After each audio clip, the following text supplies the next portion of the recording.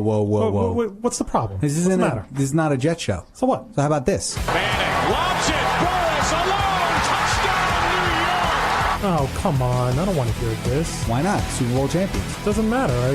I just don't want to hear it. What do you want to hear? How about some Mets? Hey, if I can find one good thing that happened to the Mets, here we go. Home run. Mike Piazza and the Mets lead 3-2. Oh, yeah. It's got to be, I'm sorry. We all can't be like the Yankees. Oh, speaking of. This one by Mattingly. Oh, hang on to the roof. Goodbye, home run. Not Mattingly. No. God, I just said that. All right, well, listen. How about a little Nets? If I have to. Hit the jumper to win it. He got it. I can't take it. I can't take it anymore. It's been a second. I can't take it. How about some Knicks? Oh, yeah, big spenders. Can't win a playoff. Fair enough. Houston pops out up top. Down the lane. Running jumper. Off the front rim. And in. I guess we should talk a little hockey, no? People even watch hockey anymore? They watch the Rangers. Well, if you have the Rangers, you got to have some rounds. Yeah, no, they didn't have a YouTube in the 80s. All right, let's get the show started. Here we are, polar opposites. Hello and welcome to the Polar Opposites show here on Strong Island TV. You can also hear us on Spreaker. You can hear us on iTunes. You can hear us on iHeartRadio. And you can also hear us on TuneIn. And you follow us on the Twitter at Polar Opposites 1. I'm Matt Stevens. Alongside me, as always, is Craig Moffitt. And Craig. Matty, how you feeling, man? Oh, man, listen. The Eagles are still Super Bowl champions, so terrible. Let's see what else is happening. The Knicks are crumbling beneath us. Kristaps Porzingis it's like he got shot. Did you see it? I saw the way his knee buckled. Brutal. We'll talk about that a little bit later. You know, when he was having a good game, he had blocked Tunko, whatever his name is, the Greek Freak twice. He slams over him. We'll just call him Giannis. Giannis Antetokounmpo. I'm going to attempt that name again. Why is this day so important today, man? Because today, the Yankees pitchers and catchers reported, the Mets yesterday pitchers and catchers. We had both managers talk to the media for the first time today. I was going to say the Olympics. But does anybody watch the Olympics? You know what the Olympics are? And this is like, and listen, I'm not saying sports fans don't watch the Olympics, right? I'm not saying they don't because I think they do. But to me, the Olympics is the time for people who don't watch sports to watch sports, and the people who do watch sports to take a break. This is my break, right? And to be hopelessly devoted to their countries. Of course. Yes, of course, yes, because, patriotism and whatnot is all wrapped up in gold, and we're going to make millions and millions off this, but we're not going to pay these amateur athletes, but we're going to keep the money. We got a lot to do, not a lot of time to do it. The number to call is 516-945-9099. Want to get on the phone, talk Yankees or Mets, Giants or Jets, Knicks or Nets, or anything that's on your brain. Why you would want to talk about most of those teams, we don't know, but hey, call us anyway.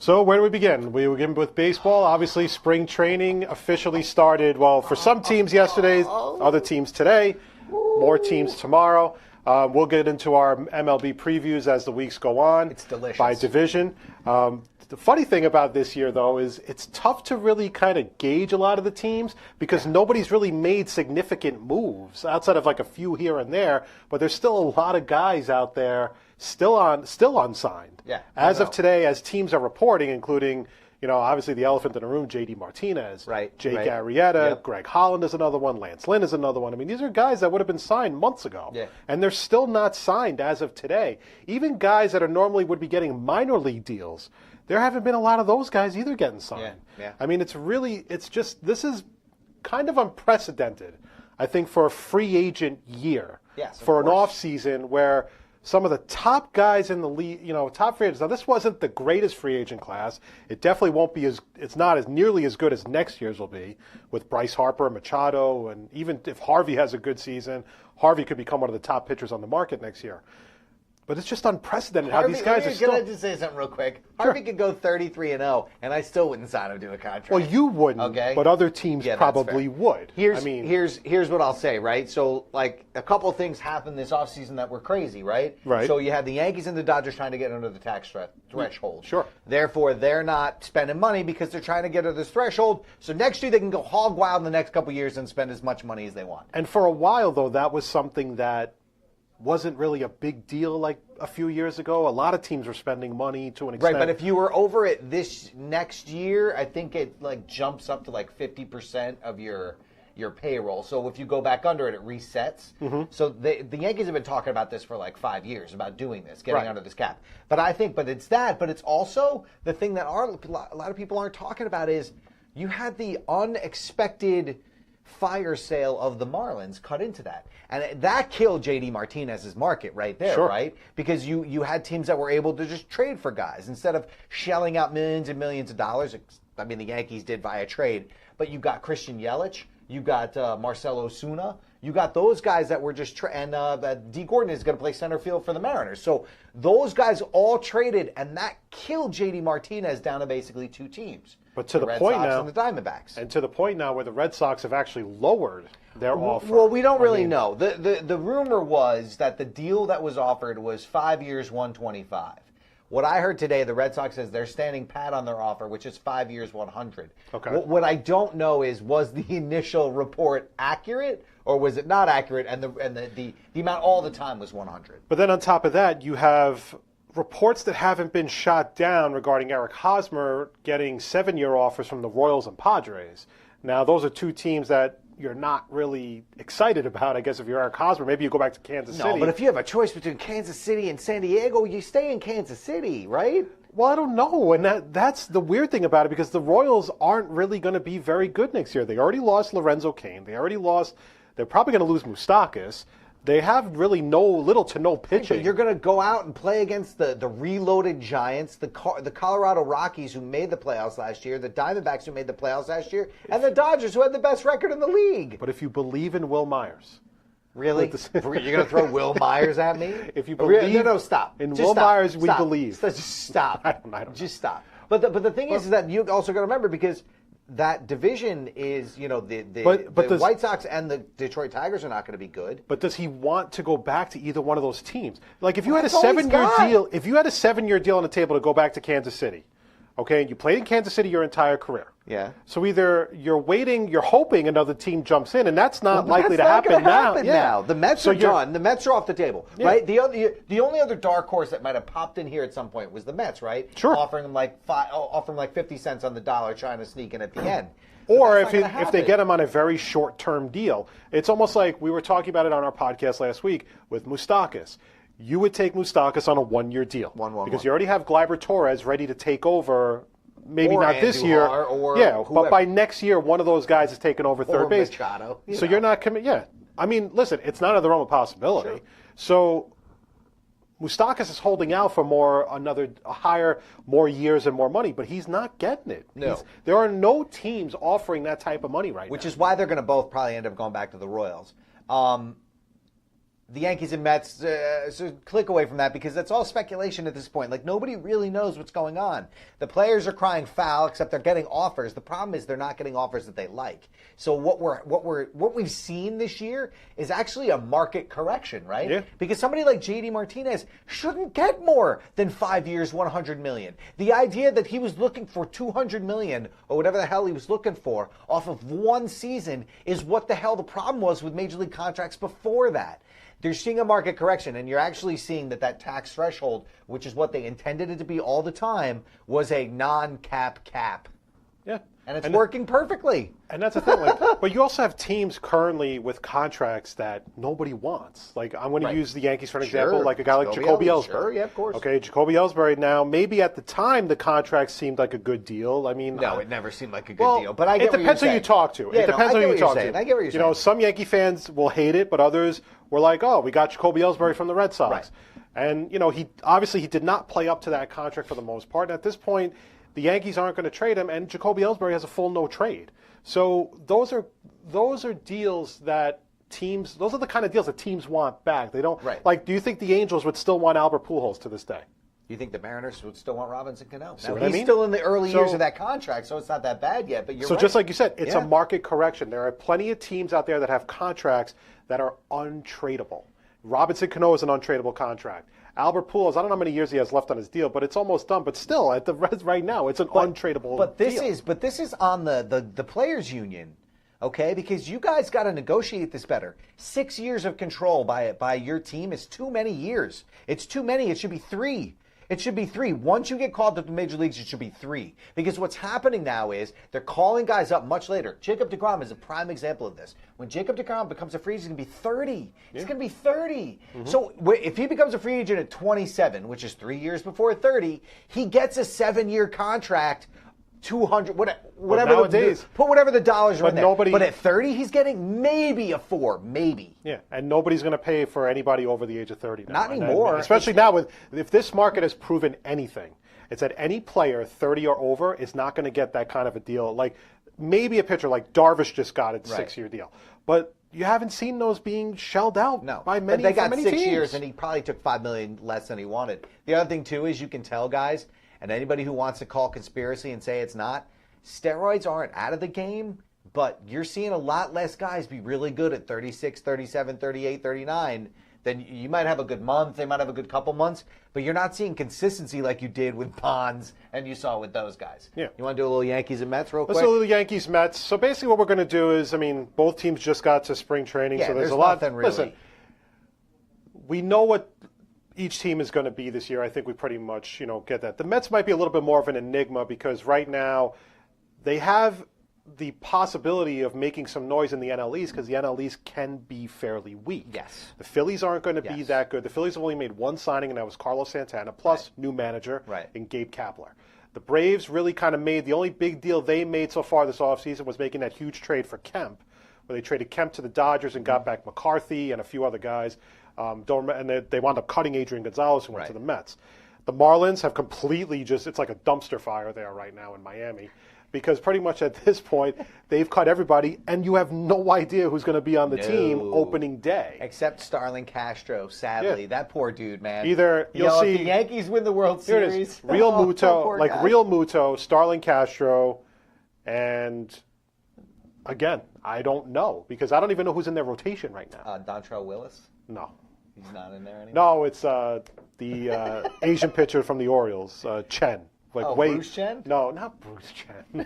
that dude's still pitching, right? Bruce Chen's still pitching. He's not still Can somebody pitching. please call us or text us at Paul Robinson's one? Wei-Yin Is Chen. Bruce Chen still pitching? Because I think he is. I think he's pitching for not the Royals. It's some team, though. I'm guaranteed. But, they traded Gordon. They traded Yelich. They traded Ozuna. Even during the season last year, they traded a guy like Hechavarria, who was a shortstop for years.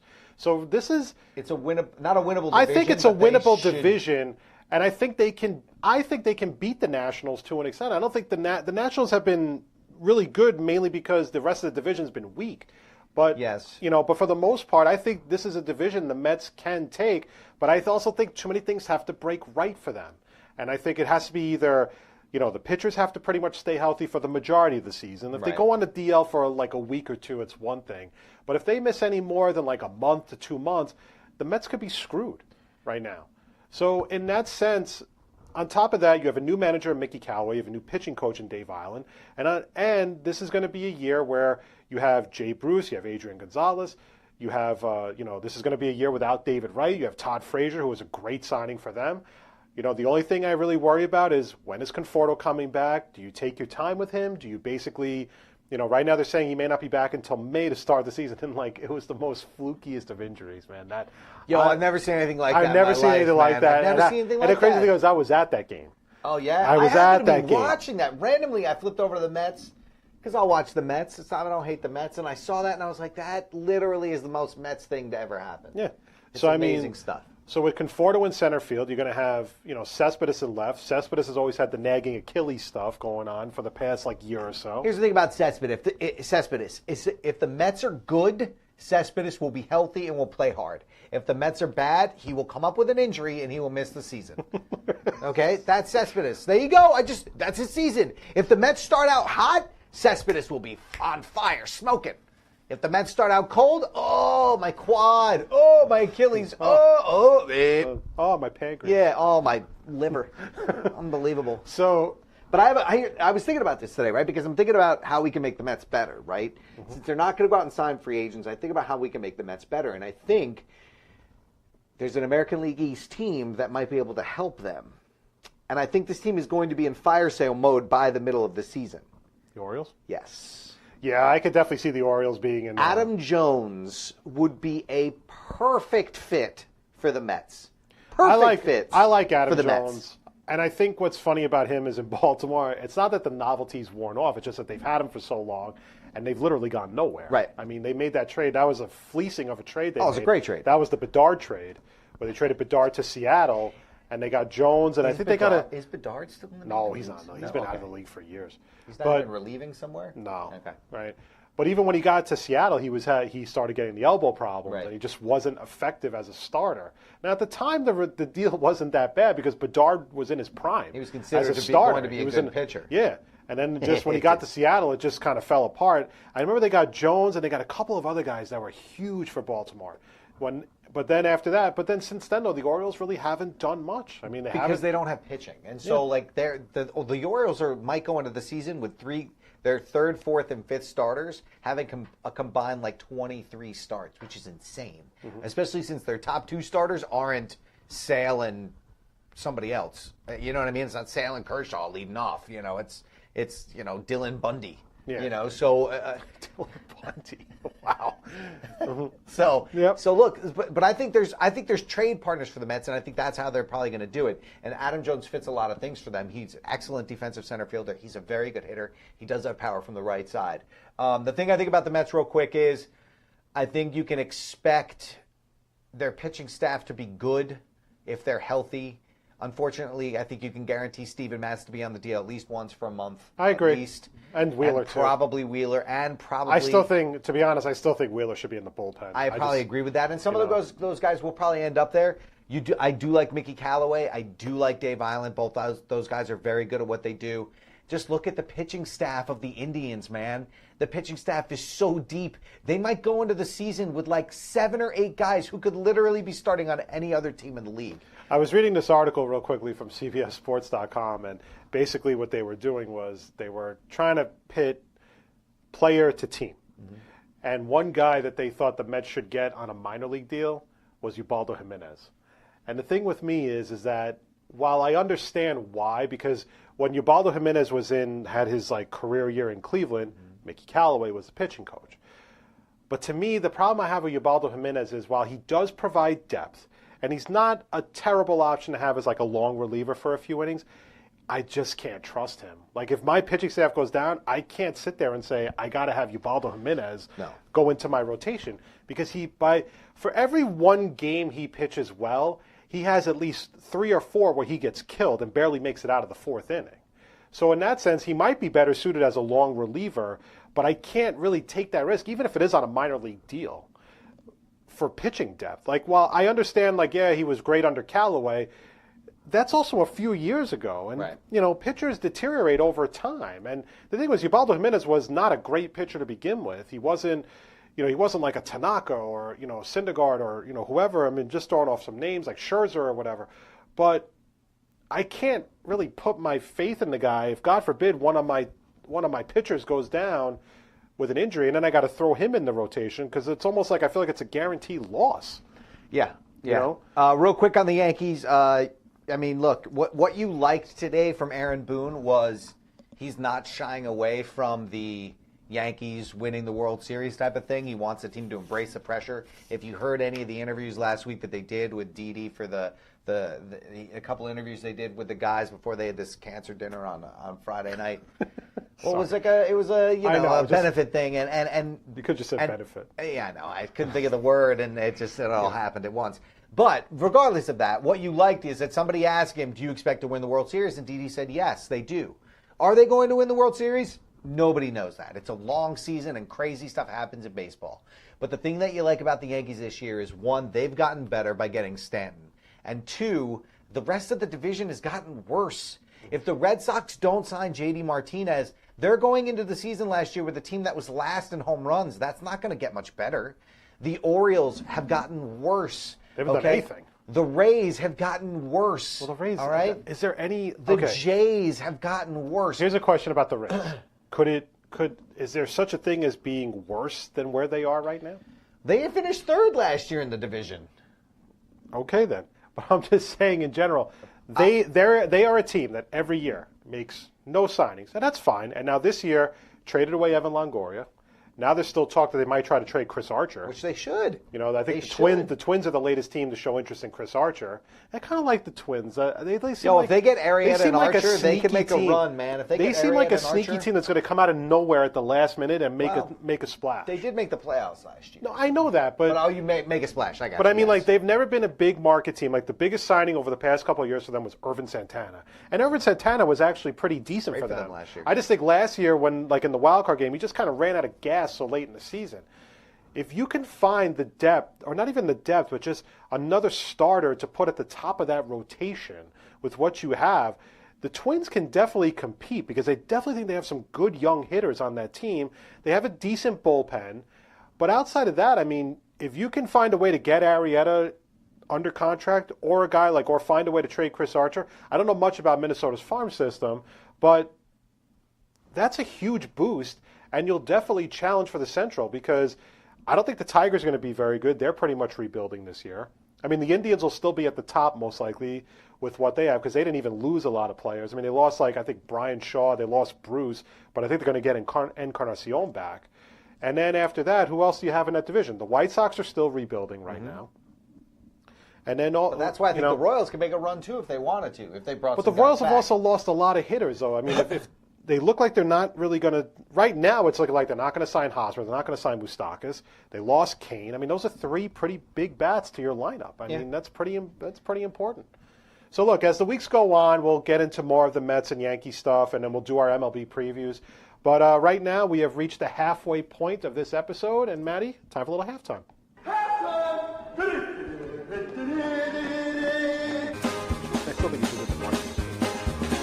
Halftime, as always, the midway point of our show. 4 topics. All opinions legal. All opinions matter. No. No, they don't. Some people's opinions don't matter. That's not true. It is absolutely true. You can still give it, but that doesn't mean it matters. And that includes mine, by the way. I'm just putting it out there. You're so full of it. Don't even start that. You are the most egotist. No. Just read. No, I don't want to hear it. Read. Okay? My opinion doesn't matter. No, your opinion might matter. No, you're saying... I'm saying my opinion that's even matter. mine. Come on, stop. I'm just saying it. I only speak the truth. Here we go. Number 1, as I pack up my esophagus right now. The 49ers officially locked up Jimmy Garappolo with a 5-year, $137.5 million contract last Thursday afternoon. The deal includes $74 million in guaranteed money and $90 million in cash in the first 3 years. Garappolo was acquired by the 49ers from the Patriots for a second-round pick and only has 7 career starts to his resume between his time in New England and San Francisco, but he's undefeated. The deal officially makes Garappolo the highest-paid player in the league for now. Maddie, is 7 career starts enough to be labeled a franchise quarterback? No. But we do it for guys who get drafted and who have never started anywhere. So I guess, yes, it is. It's not for me. It's not. Because in those, I think he had 9 touchdowns and 7 interceptions. So, yeah, your team won. But, that ratio is never going to last. It's not going to guarantee your team goes 7-0 every time. It's just not. Jimmy Garappolo could be a great quarterback. He could be. He absolutely could be. Kyle Shanahan's the coach there, so you never know. You know how much we love. How much do we love Kyle Shanahan? So who knows? But probably, right? Probably he'll probably be good. But what are we talking about, right? Are we talking about Aaron Rodgers? Or are we talking about Matt Stafford? Right? Are we talking about? What are we talking about when we say good now? Right? I mean, because to me it's different levels. Right? So, yes, Jimmy Garappolo could be good, but Matt Stafford's never won anything, so who cares? Here's what I think. First of all, the 49ers, Jimmy Garappolo is kind of the flavor of the month. The minute that he got over to San Francisco and he started winning games, it was like he's the toast of the town. And, the way they were hyping him up was like he was almost bigger than Brady to an extent because they just couldn't stop talking about how good he was. And, yeah, he put together some good games. But now the thing is that doing this over a full season next year against, the Seahawks are always a tough team. The Rams are just as good now, if not better, than the Niners. And if the Cardinals find the right pieces, they're going to be They're going to be a tough out too. It's really going to depend on the kind of guys you put around him, right? I mean, because if Garappolo can do the work, but if he doesn't have the talent around him, he's not going to be able to do much of anything. My issue, at this point, the money is kind of a moot point because all these quarterbacks are getting paid. And when free agency starts, Kirk Cousins will most likely be the highest paid player in the league because he's going to command a big salary, even though whether he deserves it or not, we don't really know. But for that point right now, I mean, I don't think the money matters because all quarterbacks are going to get paid because it's the most important position in the league to fill. Number 2, last week there were reports the Rangers were planning on being sellers at the February 26 trade deadline, even though they were only 3 points out of the final playoff spot in the East. This week, President Glenn Sather and GM Jeff Gorton, Gorton, backed it up with a letter to all Ranger fans on Twitter saying they would indeed be a roster overhaul with a focus on adding young, competitive players that combine speed, skill, and character. Since the letter was posted, the Rangers have won 2 in a row and are only 2 points behind the Hurricanes for the second wildcard spot. Craig, is this the right message to send to the fan base for the rest of the season? While I respect the honesty, if I was a Ranger fan, I think I'd kind of be annoyed that they're basically telling me, we're not mailing it in, but we're going to try to ship out everybody.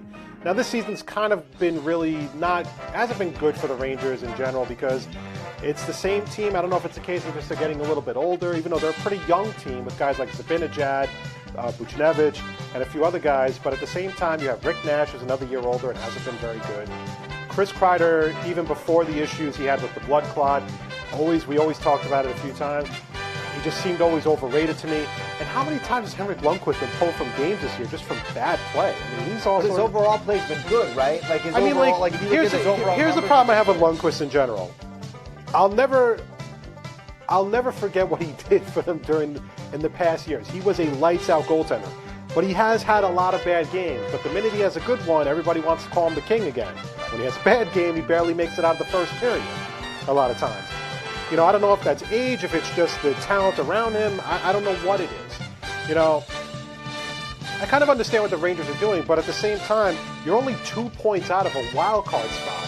And the thing is, when the Rangers are in the playoffs, they are a tough out. They can be a tough out.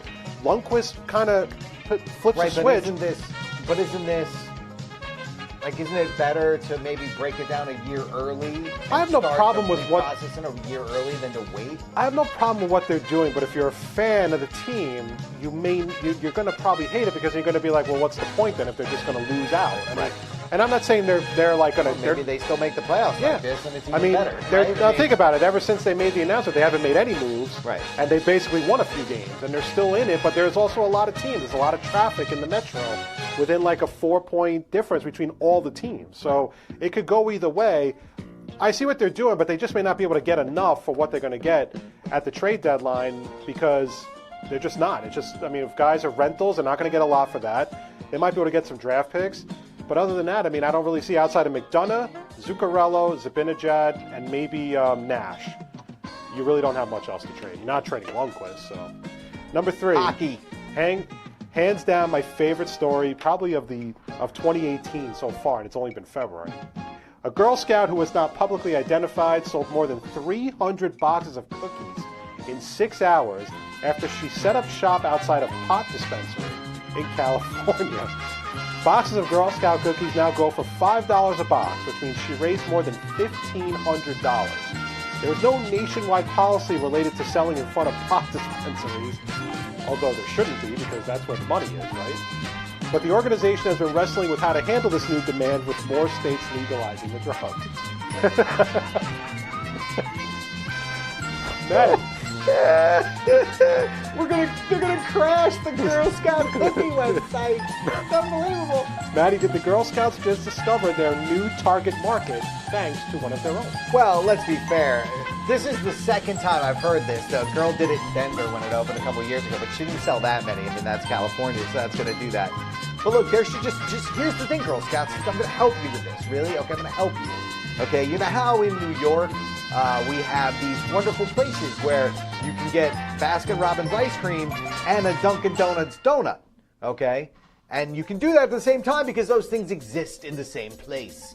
What we need to do is just start opening cookie stands, Girl Scout cookie stands, inside the dispensaries. No pot in the cookies. Those are Girl Scout cookies. But you go in and you sell them, and all the products. You guys, it would be unbelievable how many you would sell. You wouldn't have to sell in any other state. You could just sell there. I'm sorry, but this is a future CEO Listen, waiting. This is a future CEO waiting to happen. Innovative kids and smart parents, because they let them go there and do it. That's the way to do it. Go to your target audience. Think about it. Out of all the places, like let's say if my daughter was a Girl Scout, my 5-year-old daughter was a Girl Scout, granted it's not legal in New York, but I'm saying if I lived in California, there's medical dispensaries. Fine. Not as many people go there. But if I lived in Colorado, if I lived in California, I don't even think I wouldn't even think it would come to my mind to put it in front of a pot dispenser. But if you're selling anything, so this is genius. Candy bars, fruits, vegetables, pies, cookie dough, it doesn't matter what you sell it for your school. Sell it in front of a pot dispensary. You'll sell a lot of it. Number 4, with pitchers and catchers reporting this week, the Cubs solidified their rotation, agreeing to a 6-year, $125 million deal with Yu Darvish. The deal includes incentives that could push it to $150 million. Darvish is coming off one of his worst seasons of his career last year, with an ERA close to 4 and giving up 27 homers in 31 starts, and a collapse of epic proportions that cost the Dodgers the World Series. However, the deal reportedly includes an opt-out clause after 2 years, but that's not confirmed. Craig, does Darvish make the Cubs better or worse in 2017? I'm not a big Yu Darvish fan. I just don't think he's as good as he used to be. I mean, he's been injured a lot, and on top of that, he's 31 now, I think? I believe he is 30 or 31. I don't necessarily think it makes the Cubs better. And part of me thinks it's a little bit of a panic move because the Brewers were going after him. And on top of that, the Brewers have made some pretty decent moves in the offseason, getting Yelich and getting Kane, with their hitters. And all they really needed was that, another big pitcher for their rotation. The Cubs rotation to me doesn't seem as good, especially without Arrieta there. I mean, they have Lester, they have, Darvish, they have Hendricks, who's pretty solid. But then after that, the back end to me doesn't really seem as good. I don't think Lackey's there anymore. Also, Lester is getting 34. older. I mean, he's almost done, right? Yeah. I mean, now listen, the Cubs hitters, with Chris Bryant, Addison Russell, they'll definitely keep the team in it, regardless. And Joe Madden's the greatest manager ever in the history of ever. Joe Madden is the greatest. He never makes any bad decisions. See how I set you up? Ever. It does not take not much. Once. It does not take much to poke the bear on this show. Anyway, look, Darvish should probably be a decent pitcher for them. I just think paying $125 million is just a little bit too much for me. I just don't think he would make my team that much better. To me, regular season Darvish and Arrieta kind of cancel each other out. It's going to hurt them in the postseason, but I don't think they're better than the Dodgers, nor have they thought that they're better than the Dodgers anyway, so it don't matter. And they're not better than the Nationals. You don't think the Cubs are better than the Nationals? No, I think... No, really? Nationals pitching? With the Nationals pitching? Scherzer, Gonzalez. Am I missing somebody? Yeah, Roark. Tanner Roark. Strasburg. Sorry. And their bullpen's good, and they can hit with them. They can hit with the Cubs. No, I think the Nationals will be a good team this year, but I think the Cubs will be just as good. Maybe. I doubt it. Halftime is officially over. Boom! Nailed it. You are watching the Polar Opposite Sports Show on Strong Island TV. You can give us a shout at 516-945-9099. Again, 516-945-9099. If you want to talk Yankees or Mets, Giants or Jets, Knicks or Nets, or anything else that's on your brain. We got about, 20 minutes or so to the end? Give or take. And if you want to talk about most of those teams, then I got this for you. Or institutionalized for the rest of your life for the terminally bewildered because your mind is gone. Thank you, Bobby Heenan. So basically, we still have to do polar bipolar to finish out the show. Yep. But Maddie, we are going to do a little good idea, bad idea. It's time for another good idea, bad idea. Are you ready? I am. Okay, give me a good idea. Good idea. The Knicks acquiring Emmanuel Mudiay from the Nuggets. If your philosophy for building a basketball team is acquiring as many point guards as you can and then throwing them against the wall and seeing which one sticks, then it's absolutely a great idea. If you're then looking for good players who are good, then maybe it's a good idea because maybe he's a really good player. We don't know yet. Maybe he's one of those. But let's be fair, guys. How are you going to tell they're all good if there's not that many time in the game? You have 3 point guards that are under 25 you want to look at, and Jarrett Jack played 20 minutes last night. It's ridiculous. And that's the thing, too, because you have Jarrett Jack, you have Moutier, you have Ntilikina, and Trey Burke. Right? Yeah. So that's 4 point guards, and there's no way Hornacek can get those guys in the rotation.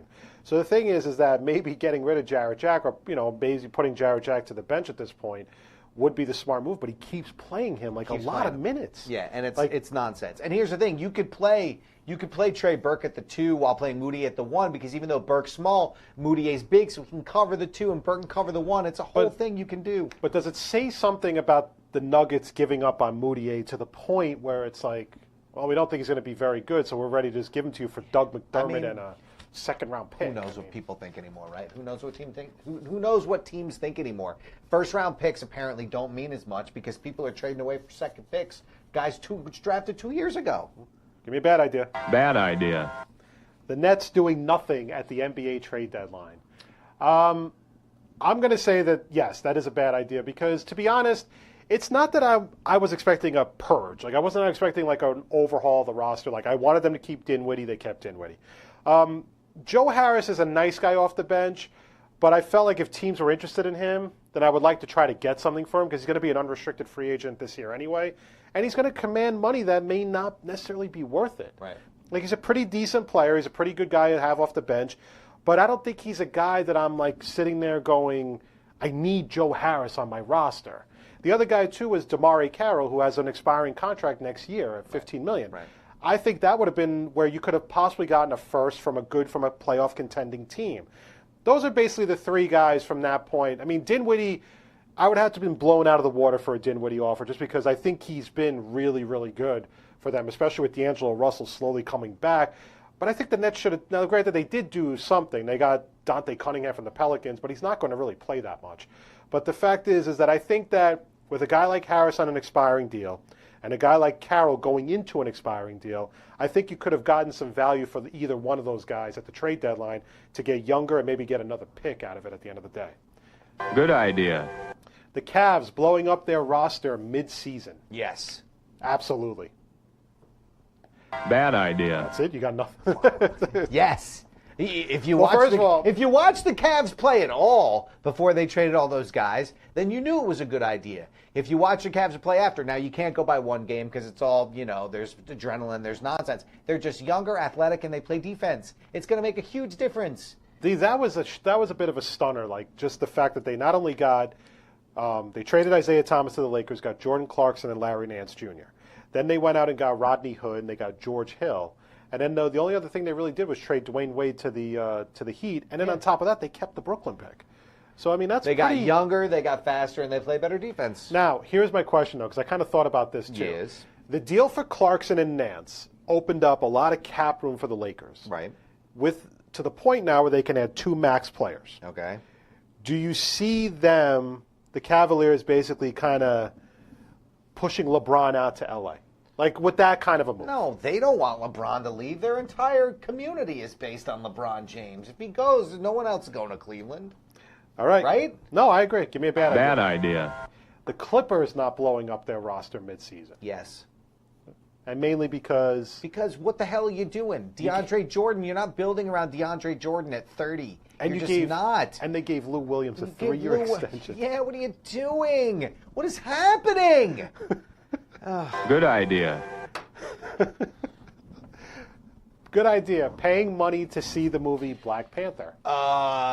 Assuming you're not seeing it where I have to pay to see movies where it's like $20 a movie, it's a great idea. I'm sure it's going to be a great movie. I'm sure it's going to be fantastic. It's going to be the best movie ever made. Ever. Right. That's what I've been told, so I will believe it. What are the odds of it being overrated? I think they're very small, to be honest with you. They usually get this stuff right. You know what I mean? Like, the consensus of everybody saying it's good, I don't think it's just because it's a black superhero. Okay. Because I think it actually has to be that good as a black superhero movie to get this kind of praise. Okay. Does that make sense? Sure. So I think it's going to be very good. Mm-hmm. I don't pay money to see movies, so I think it's insane. Bad idea. Paying $199 for an autograph of Lonzo Ball. I'm going to just say this is a blanket statement. Now, here, wait. Here's where the story comes in. Sure. This week is the All-Star break, right? Okay. Lonzo Ball is setting up an autograph session. Right. You can't take pictures with him. Okay. and you have to pay $199 for an autograph, and if you want it authenticated, Right. it's like an additional $10. Okay. And that's it. Okay, so I'm going to still make my blanket statement because that didn't change anything. That actually made it worse. I'm going to say this. Don't pay money for anything from the balls. Anything.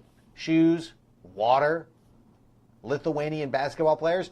Don't pay for any of it, okay? Because he said he wants all 3 kids. His kids are like, it's insane. Don't pay for anything. Lonzo Ball's autograph isn't going to be worth $199 when he is the Kim Kardashian of the freaking basketball world. $199. Now listen, I understand why athletes, charge to get their autographs, but $199 for a rookie? Yeah, it's nonsense. All right, one more. Good idea. Giving Johnny Manziel a shot in the CFL. Sure. I don't watch the CFL, so yeah, go ahead. I don't care. He's bipolar, you know that now. Right? I did know. Yes, I did hear that. Right? Is that what we're saying now? Well, basically, that's what he's saying. I believe him. Listen, you have to believe him, right? Like, you can't call the guy a liar, right? I would never call him a liar with something like that. No. However, I don't want that being used as a crutch to come back into the league. Here's the thing. This is something that's going to take time, Johnny. We believe you, but we're still a little skeptical, if that makes sense. If you put in the work, if Johnny Manziel puts in the work. Come on back. That a quarterback should, then yes, I would like to see him back in the league and making a name for himself, even if it is as a backup quarterback. Right. But the thing is that he has not put in the work at all. So while I feel bad about the fact that he does suffer from bipolar disorder, because it is a very that is a tough disease to live with. The fact is, you can't. I just don't want to see it being used as a crutch for teams to be like, oh, well, if that's the case, then we'll sign you to a 1-year deal to be a backup quarterback. I'd like to see him just trying to build himself up again and overcome it to become a success again in the NFL. Bad idea. Giving Johnny Manziel another shot in the NFL. Again, I think under the same circumstances, right? It's the same thing to me. If you prove that you're better, then yes, sure. If somebody wants to sign you, sign you. But I'm not going just off your word that everything's changed. I got to see change to be able to want to know if I want to bring you to my football team. All right. You want to do it? Let's do it. Let's do it.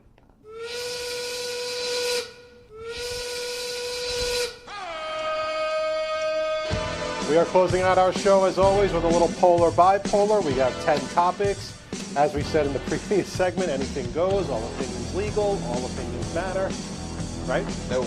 Not even yours? Nope. You're sure about that? I'm sure. Okay. Mine especially. Yeah, we'll talk about that again in the next show. So, Maddie, are you ready?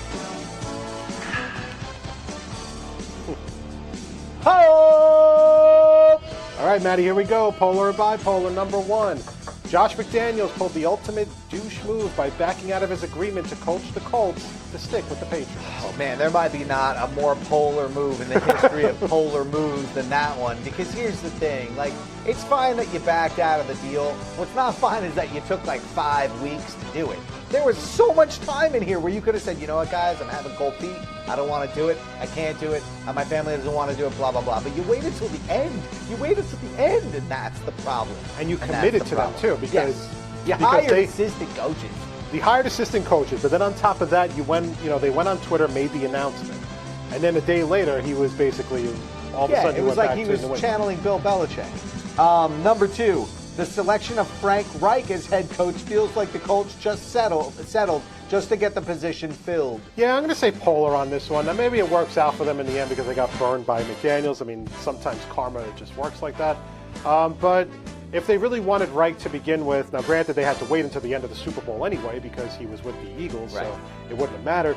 But I think this was one of those things where when McDaniels bailed on them, because they had to deal with him for weeks and he was already hiring assistant coaches, when he bailed on them, the Colts were like, what the hell are we going to do? Because we didn't really know everyone else was taken.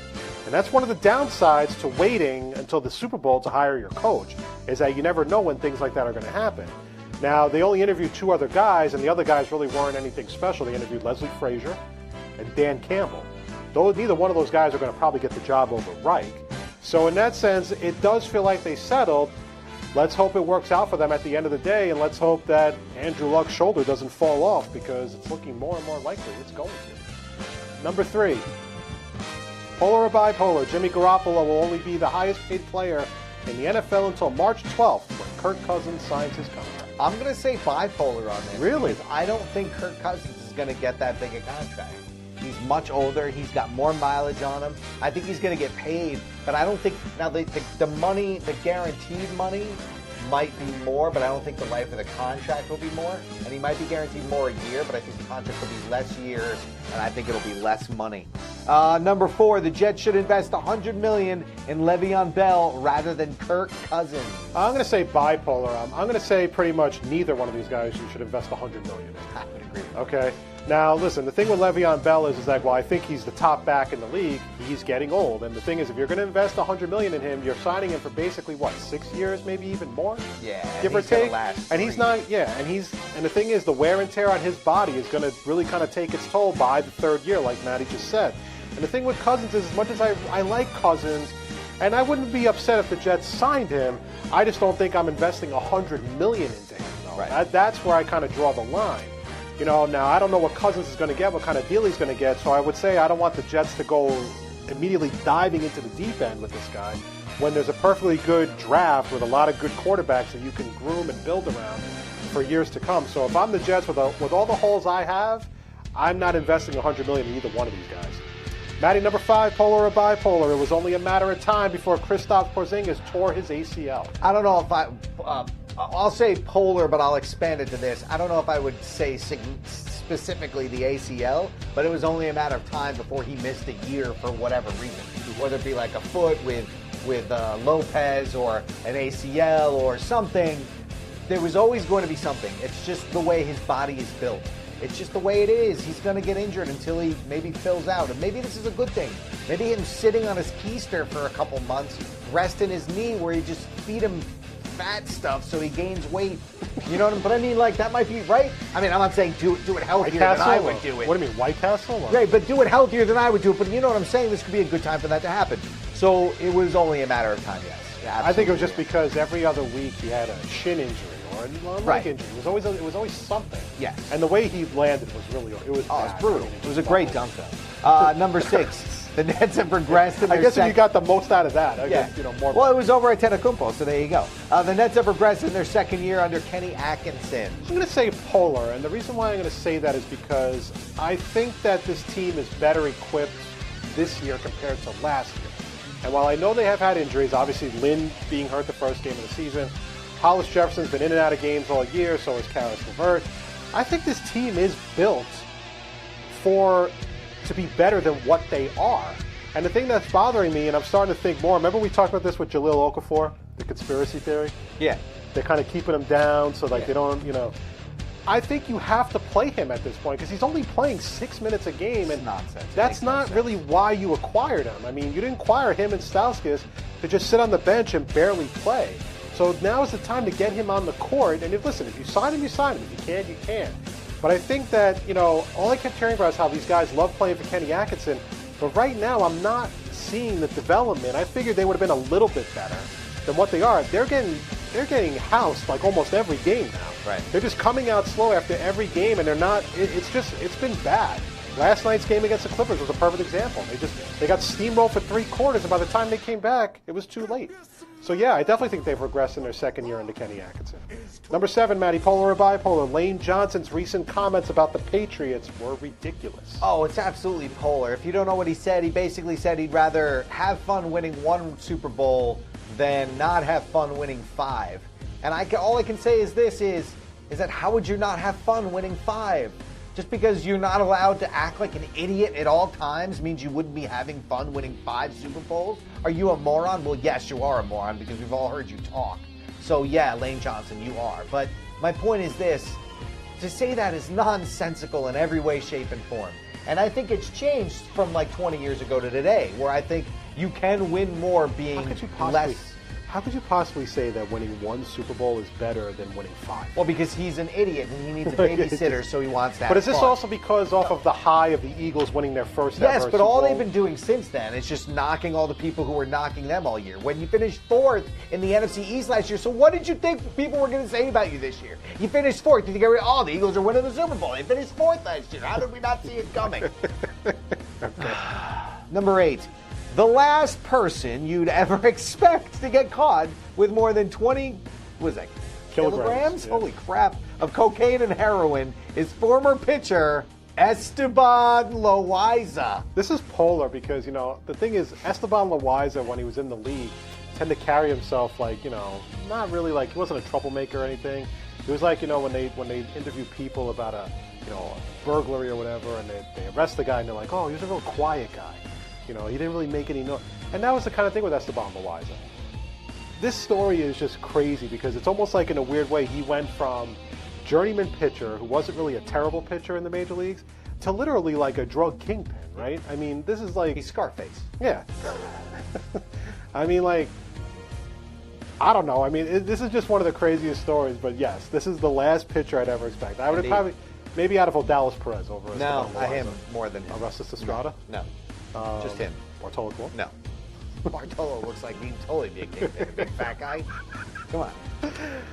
Natty number 9, polar or bipolar. When a band announces their farewell tour, they're normally never truly gone forever. No, it's totally polar. They do this all the time. They make money off their farewell tour. How many farewell tours as the Walking Dead? They are the Walking Dead at this point. How many farewell tours is the Grateful Dead at? How many farewell tours has some of these fans had? It's ludicrous. So no, they're never really gone. This year, Elton John announced a farewell tour. We'll see.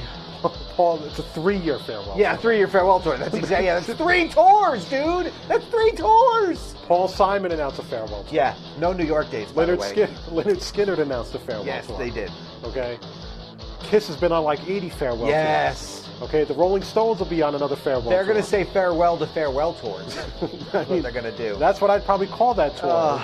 So yeah, no, I totally agree with you. But the number of bands that are announcing farewell tours this year is absolutely insane. Insane. Number 10, you've watched more of the Winter Olympics than you thought you would. I have. I know Matty definitely hasn't, even though he's probably lying. But the fact is, I actually enjoy watching the Winter Olympics. I'm not glued to the TV watching it, but there are some cool events. Like I like the snowboarding stuff. I like, the luge and the speed skating. I'm really interested to see what hockey's going to bring because this is the first year that there are no NHL players, and I think USA is just going to get trounced anyway. But pretty much at this point, though, I mean, I do like to watch it. It's kind of just something to kind of pass the time. I'm not glued to it, but I've definitely watched it a lot more than I thought, and I actually have enjoyed it quite a bit. To quote Hot Fuzz, Olympics, jog on. Come on, you have to. No, not a second. I won't watch a second. Can't less. Not Go even ahead. Go ahead. You decide medals based on some jackwagon sitting on the side looking for stuff. Go ahead. Figure out who wins a sporting event that way. Looking for stuff? What are you talking about? Judges. How can you have a sporting event that's judged? It makes no sense. You have to judge it. No, you get the medals. but that's not a sport. That's not a sport. No, it's not. It's X Games. No, it's not. It's nonsense and malarkey. I mean, we kind of have the Winter Olympics all the time now with the X Games, right? Nonsense.